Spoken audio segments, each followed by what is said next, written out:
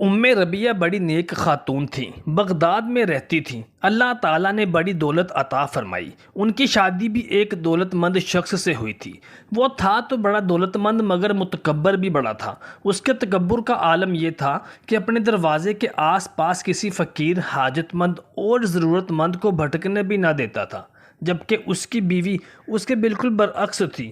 وہ گاہے بگاہے ضرورت مندوں، محتاجوں اور فقیروں کی مدد کرتی رہتی تھی۔ وہ خوف خدا رکھنے والی عورت تھی۔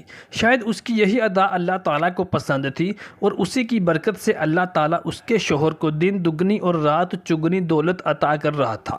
لیکن وہ کہتے ہیں نا کہ اللہ تعالیٰ کے گھر میں دیر ہوتی ہے اندیر نہیں۔ تکبر کرنے والا شخص اللہ تعالیٰ کو پسند نہیں۔ اللہ تعالیٰ نے کس طرح سے اس متکبر شخص سے اس نیک پرہیزگار، محتاجوں کا خیال رکھنے والی عورت کی جان چھڑوائی اور کس طرح سے وہ شخص در بدر ہو گیا، آگے کی کہانی میں ملاحظہ فرمائیے گا۔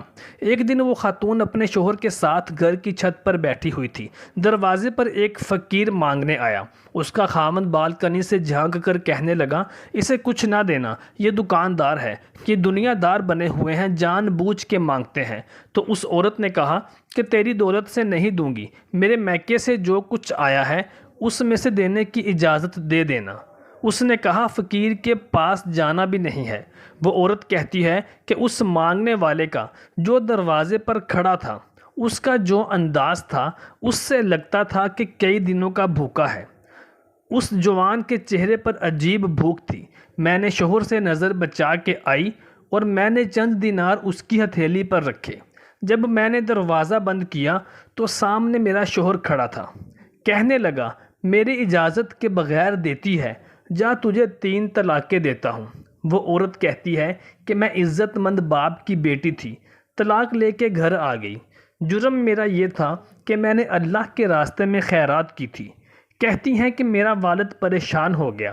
میں شدید پریشان تھی۔ میرے والد اور والدہ بھی شدید پریشان تھے کہ رشتہ کہاں سے آئے گا۔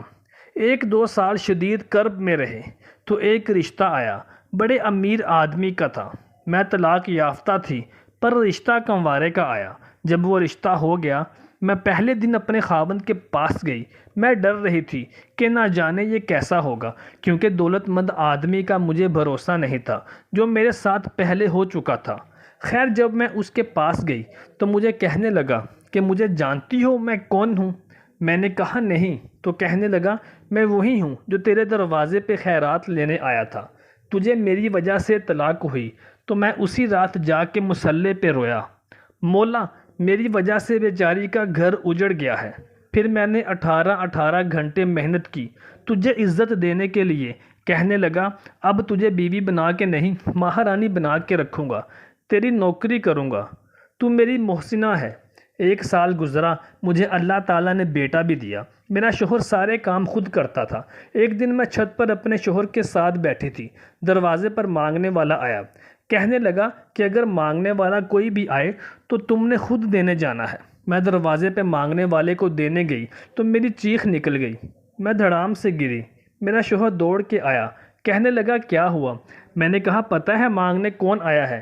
یہ وہی ہے جو میرا پرانا شوہر تھا۔ دوستو، امید کرتے ہیں کہ آپ کو ہماری آج کی ویڈیو پسند آئی ہوگی۔ برائے مہربانی ہمارے چینل کو سبسکرائب ضرور کیجیے اور ہماری ویڈیو کو لائک اور شیئر ضرور کیجیے گا۔